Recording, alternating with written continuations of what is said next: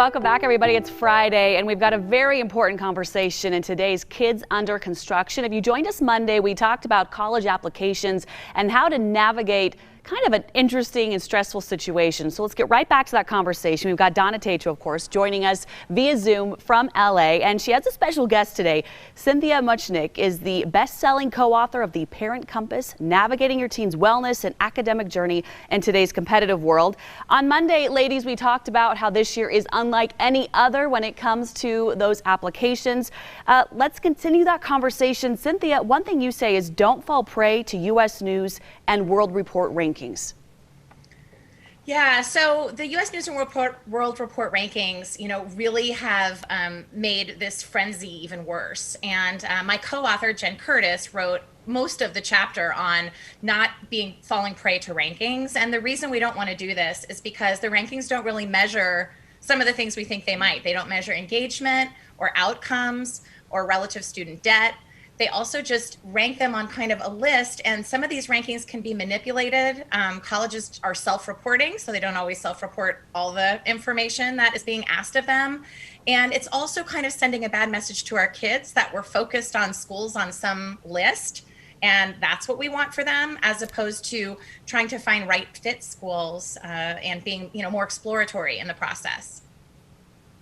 And Cynthia, you say, let your teen be a teen. You had your turn already. Talk to us a little bit about this. Is that the helicoptering that's going around this in this process?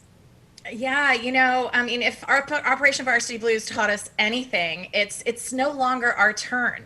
What we're wishing on our kids and trying to project onto them is not necessarily what's right for them. And we need to kind of let our kids build their own, self-esteem and set their own goals and cheerlead for them and kind of walk by their side instead of, hoping that, we can somehow live, vicariously through their experience. We already got our turn, so it is their turn now. I love that. We already had our turn, so kind of back up just a little bit. And in line with that, we need to support their interests and what they want to do. That's right. It's not up to us how our kids spend their free time. When they're younger, we shuttle them around and drive them places and expose them to things. But at some point, they express what they like and what they don't like. And quite frankly, if your kids are telling you, I don't want to spend my free time doing this, we don't need to force them to do it. Not every kid is going to be a college athlete. Not every kid's going to be a famous musician, cello player. And if your kids are miserable in the time that's their free time doing extracurriculars, then that's no fun. So, make sure that, you share an interest with your kid. If your kid's interested in the stock market or your kid is interested in sports, let them teach you about their interests. Don't project and force your interests on them. I really love that. Let them teach you. Talk a little bit about that healthy conversation that you have with your child when you begin this process. Just that all around good approach.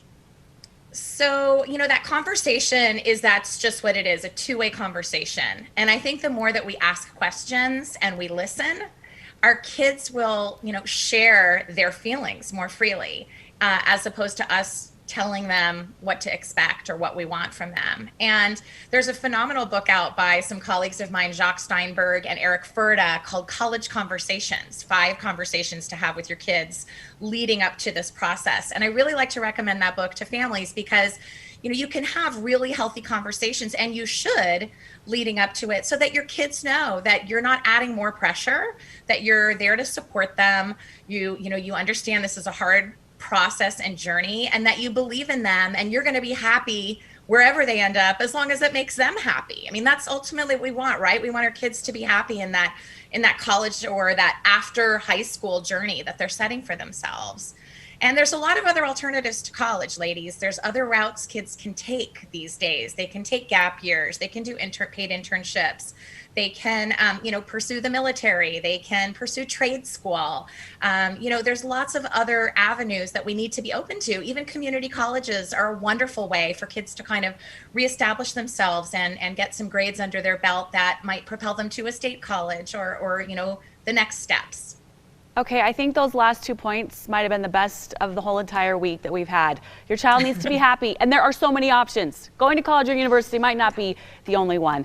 Thank you so much to both of you. Such a fantastic conversation and so timely with the documentary and with acceptance, the deadline on May 1st, everything going on. Such an important topic. So Cynthia, we say thank you to you, and of course Donna Tatro, who joins us every Monday and Friday right here on ABC4 News at 4. You can send her a question, kidsunderconstruction@abc4.com. She'll get you an answer, and if she doesn't have it, she's got a friend who does. Donna's got the connections, and of course her podcast you can find online at abc4.com. Ladies, thank you so much. We appreciate all your wisdom today. Have a wonderful day. Thank you for having me. Thanks, Emily. Coming up, you see those